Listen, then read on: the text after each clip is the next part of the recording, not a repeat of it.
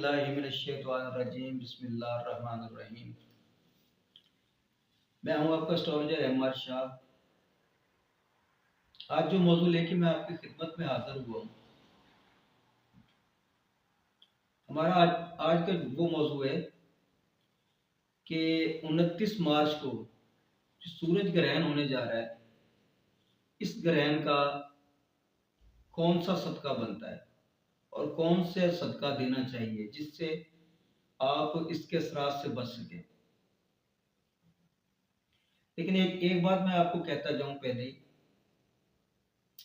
कि कोशिश किया करें कि आम रूटीन के अंदर भी इबादत को ज्यादा तरजीह दिया करें, इबादत में ज्यादा वक्त गुजारा करें।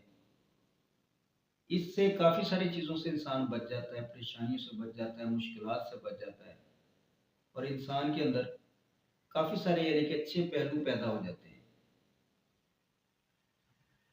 तो चलते हैं अपने मौजू की जानिब। हमारा जो मौजू था वो है कि 29 मार्च 2025 को सूरज ग्रहण का सदका क्या होना चाहिए। तो इसका जो सदका बन रहा है वो आपने 1.25 किलो दाल और 1.25 किलो चावल और 1.25 किलो बाजरा। दाल आपने ले लेनी है दाल माश।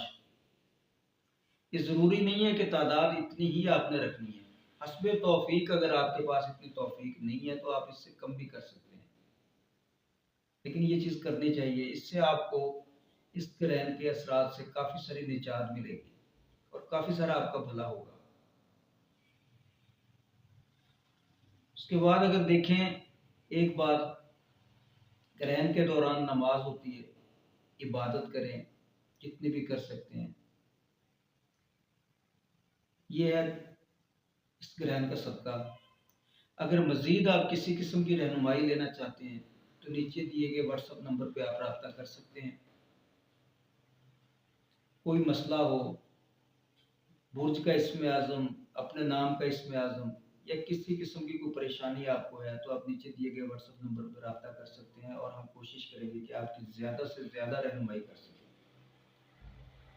और कोशिश किया करें नमाज पाबंदी से पढ़ा करें और सदकात बाकायदगी से दिया करें और अपने इर्द गिर्द दोस्त अहबाब रिश्तेदार सभी का खास ख्याल रखा करें, क्योंकि ये भी एक सदका है, ये भी 1000 बलाओं को टालता है। और मुझे दुआओं में याद रखिएगा। इंशाल्लाह अगली वीडियो में किसी नए मौजू के साथ आपकी खिदमत में हाजिर होऊंगा। तब तक इजाज़त चाहता हूँ।